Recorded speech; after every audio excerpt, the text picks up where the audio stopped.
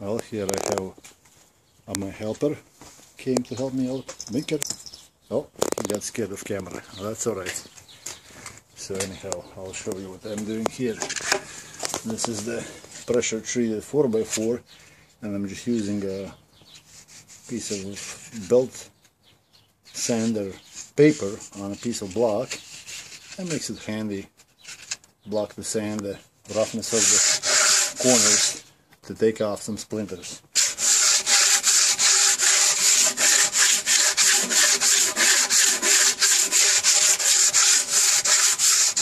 What I'm doing is just pretty much, I guess, taking off the sharp corner just in case if anybody touches, less chances to get a splinter. Well, I'll show you what's happening here. So someone else mounted here on the brakes a couple L brackets with a lag bolt into the brake, and there is hopefully solid cement underneath.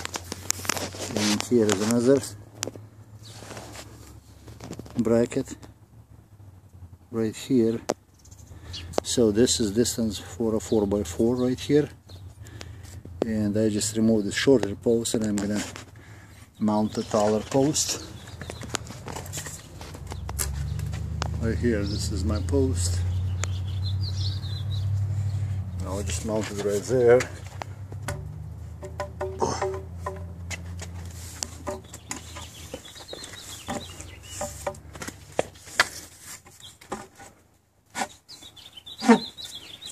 Okay, so well, I need two hands to get fastened first, but anyhow, so this is how it looks. So I slip the post into the brackets, let me see, right there, in between the brackets, and then there are the holes right here. There's one hole for the lag bolt, and there's another hole, let's see, can I see it? Yeah, for the lag bolt.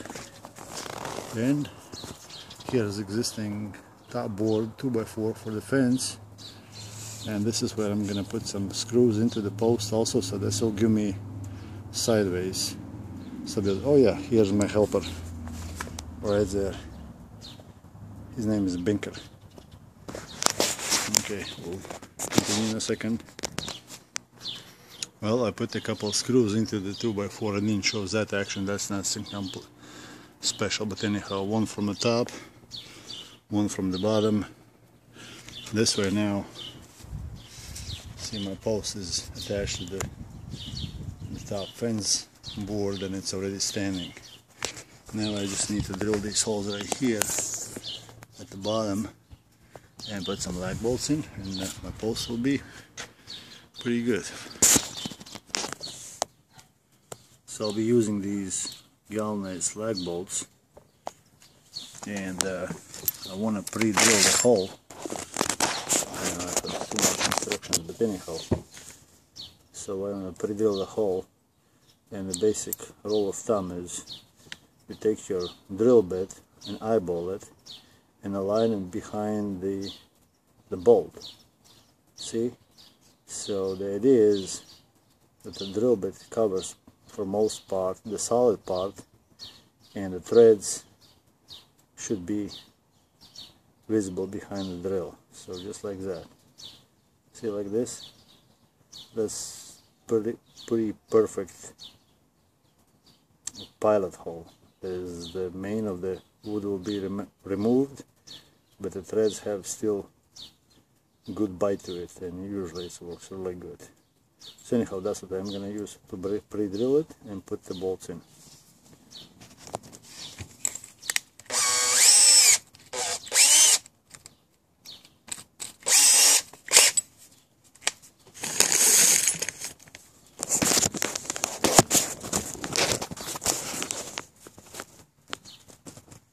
That is right here.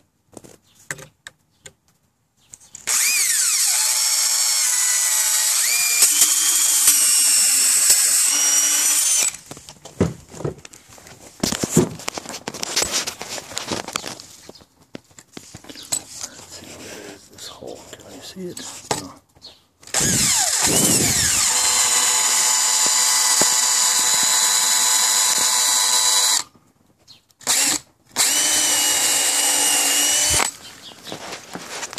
Alright, so that's pretty simple. I'm changing the bit, and I have this driver, which I should be using a hand tool, but it's okay. It just will speed up a little bit of the process.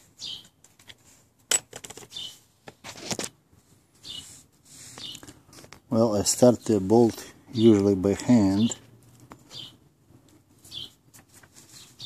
get it going a little bit, and then I'll use this cordless driver. Oh, gosh darn it, it's very hard to take the video in a selfie mode and show people what I'm doing, but anyhow, so I get it going in first.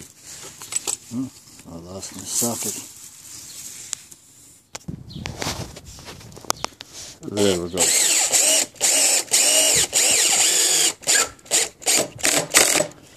So I put this on a setting, on a maximum setting for the torque, so it doesn't drives and doesn't actually rips out the wood cells, so the bolt holds it. And I usually like to use my hand driver, you know, to hand tighten. So what I'll do is, you know, this is not maybe necessarily the way it, you know, should be, but anyhow, this right here is a hand driver, and I use my hand, you know, to check for the torque. I should be using actually the automotive wrench lever, but have enough strength to actually feel it that this is tight and good. I'll be using a 3/4 inch galvanized pipe for my chin bar, and I picked up a couple of these flanges. They call it floor mount flanges, but it's a galvanized flange with a thread. And so this is where I'm going to mount it. I already measured. Actually, how I did is I stretched my arm up and stand up on my tippy toes, and this is where I approximately am going to mount it. So I put a little mark on a wall, and I'll just mount it just like that. The flange right here on the stucco, and there's some 2x4s behind it, hopefully. And then I'll go across and mount another flange on this 4x4 right here. So this gives me 2 flanges. Before I mount, actually, I'm going to cut the pipe and thread it, and then that's where the other flange is going to go. Well, I just did some pilot holes. Pretty much I just held it with my hand, the flange, against the wall, and I went close to the side of the corner of the house because that's where the studs are for sure. And I just, with an 8-inch carbide tipped drill bit, just did some test holes. And the way I do it is, you know, I don't know if there's a 2x4 or not behind it, and it's hard to actually find out. So simple way, take 8-inch drill bit, masonry drill bit, with carbide tip on it, and drill a hole. And you will feel the difference when you go through the stucco. Stucco usually is about 3/4 to 7/8 of an inch. If there's no 2x4 behind it, you'll go through the stucco and the drill bit just is gonna go right through it, and you'll feel it. The drill bit is gonna go into the wall. If there is a stud behind it, you'll feel that it keeps on drilling in the wood. It doesn't want to drill as good, but it still drills, so there is resistance. So once you hit the stud, you know that you can use a wood screw or a lag bolt, and you have to use the next size up for the stucco to enlarge the hole, so the screw goes free through the stucco, but actually bites into the wood. And hollow space where there's no 2x4 behind it, you'll have to use an anchor, a masonry anchor, which is most of the time is a plastic or maybe some sort of a steel, but it's like a dowel. You put it in the hole, and when you put the screw in, the screw actually expands the dowel and locks into the stucco. Well, in this case, actually, I hit the 2x4. This is a two-story house. They probably used an extra wide lumber for the corners, which must be a 2x6, where in single story would be 2x4. So I was, well, fortunate, I guess, enough that I don't have to use anchors. I like a solid bite into the wood of the screw.